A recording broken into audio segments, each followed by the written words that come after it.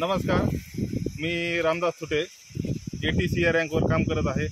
RTC वागले madam, वागले family आणि STC Bobde family यांच्या हेडखाली काम करत असून मुरमा या गावामध्ये आपण आपले डिस्ट्रीब्युटर मुकणे सरांना आपण इंडिया ग्रोचे प्रोडक्ट दिले होते।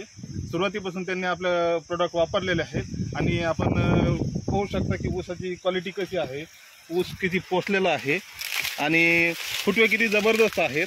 तर आपण स्वतः मुकणे सरांकडून विचारून घेऊया की यांना कसा रिझल्ट कसा वाटला आणि यांनी काय काय वापरलं आतापर्यंत।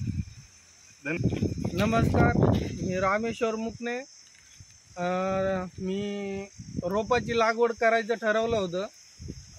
रोपाची लागवड करताना छोटे सरांना सांगितलं की रोपाची लागवड केली म्हणून। छोटे सरांनी सांगितलं की त्यांना आपलं एक फवारणी द्या म्हणे आणि फवारणी त्यांची चांगले फुटे होतील म्हणे फवारणीनं आणि मोठा कोंब निघेल। मग आम्ही त्यांची एक फवारणी घेतली आणि नंतर मग एक आपलं युरिया आणि सिंगल सुपर फॉस्फेटचा डोस दिला आणि नंतर मग त्यांनी एक खताचा डोस दिला म्हणे हे तुमच्या खतात मिसळून टाका।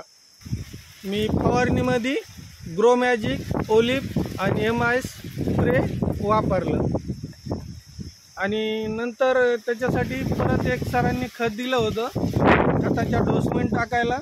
त्याच्यात 2 bag single super phosphate, 2 bag urea नव्हता घेतला, दाणेदार घेतलं होतं आणि यांच्या 2 बॅग टाकून भुवास्त्र हे 4 किलो डोस टाकला होता त्याला। आतापर्यंत मी 3 डोस दिले आणि 5 महिन्याचा ऊस आहे आणि 4च किलो ग्रो मॅजिक दिलेलं आहे भुवास्त्र। ओके, रिझल्ट कसा वाटतो सर तुम्हाला? रिझल्ट खूप छान आहे। पानाची रुंदी पण 4 बोटापेक्षा बी खूप मोठी आहे, बघू शकता तुम्ही, आणि खाली ऊसाचा टोम पण खूप मोठा आहे। सर तुम्ही आपले प्रोडक्ट वापरून समाधानी आहात?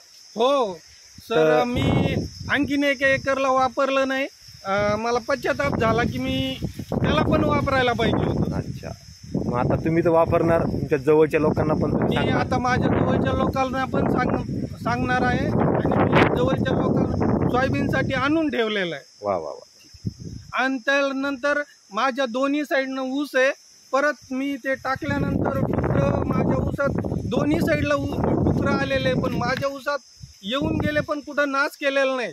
म्हणजे तुम्हाला असं वाटतं की आम्ही जे खत दिलंय त्याच्यामुळे तुम्हाला तो एक फायदा झालाय? हो, म्हणजे तुमच्या शेजारी डुक्कर आलंय पण तुमच्या शेजाऱ्याचा नाश केलाय। अच्छा, आपल्या शेतातून फक्त गेलंय तर ऊसाला कुठेही धक्का लागलेला नाही। वा, म्हणजे तो एक तुमचा फायदा झाला। हो, ओके, थँक्यू थँक्यू सर।